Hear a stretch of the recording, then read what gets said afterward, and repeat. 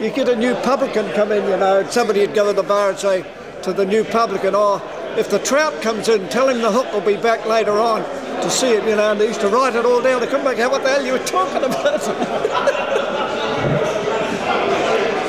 Jim Powell. Jim. And did you have a nickname at all, Jim? Oh, yeah. I won't tell you what it was. Oh, we can find out. People are a bit cagey about their nicknames.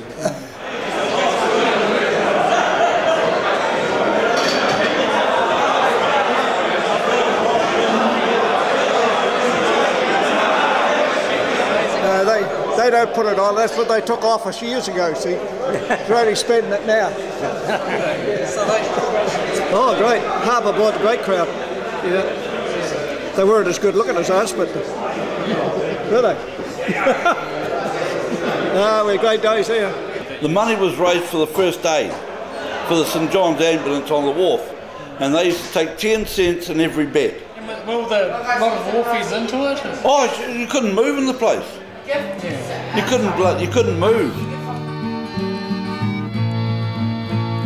Down at the port the other day, some person to him swore that a lot of smuggled goods lay hid in Mr. Levi's store. Thinks Monson, won't I have a haul?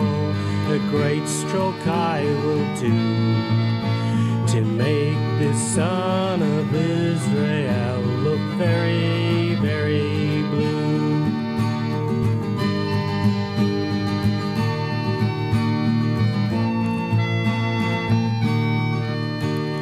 On with a lantern, off he went to Mr. Levi's store. The excisemen and a crew of 10 came knocking at the door.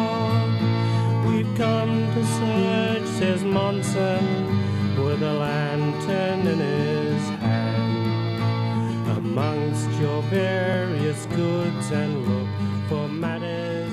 By the end of 1950 then, the signs were there.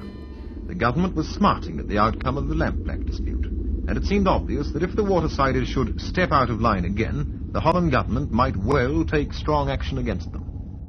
They were dragged into that big strike, of course. They had to do as they were told in those days, the unions. Yeah, that was a rugged time, and a rugged time for the Wharfies too. Dad would go to work every morning religiously. He would go and report at the waterfront during that strike. And there's a thing when they finished the strike, they gave the guys who were loyal for the, I think it was 151 days, that strike, they gave them a little red card. I've got that card, and I treat it with a lot of respect that my son will get that, or my brother will get that in the end, and they'll treat it with a lot of respect too, because Dad sweated blood and tears over that strike. I'll never forget it. When the fellas all came back from the war, we had a lot here, returned servicemen, they were promised to be looked after by the government. And the 1951 lockout was over threepence an hour.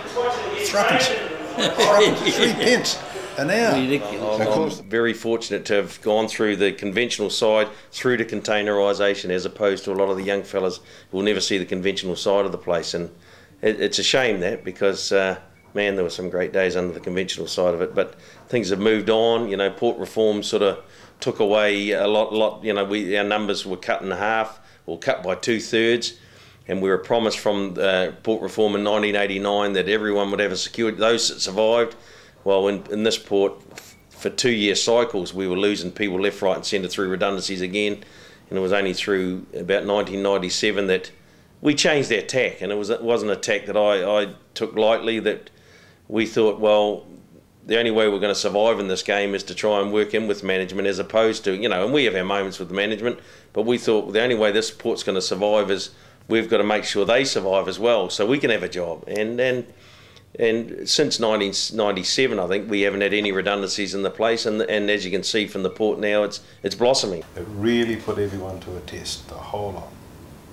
When it was over, people that were your friends weren't your friends. Once they lost their jobs, a lot of them took it very personally. you know, and it's tough. They've been there for years. They've been there working for years. But with the whole change of technology and everything, it was just an end of an era, and it was the end of an era.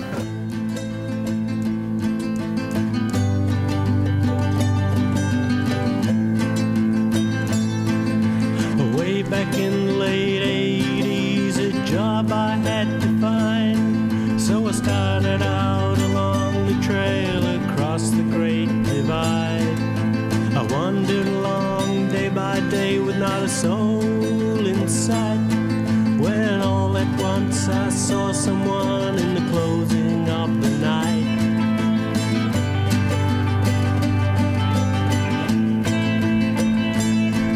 When I caught up with him, he said, my life is lonely but free. I'm walking away out here, job fine right in a boundary. We strolled along side by side, our feet were tied and sore, when all at once we saw light, what we've been looking for.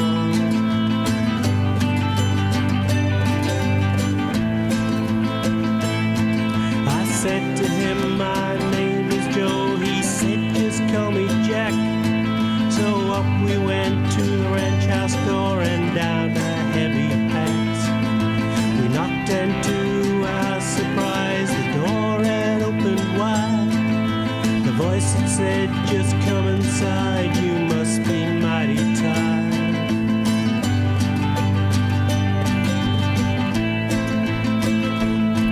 What made you come away out here across the Great Divide? It's work we want, so can you help? Of course the man replied. We sat around for a day or two, our feet were still so sore.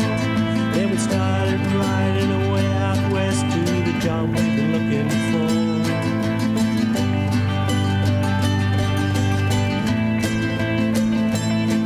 We rode along day by day, not a soul did we see. But at last we found the job we've been looking for.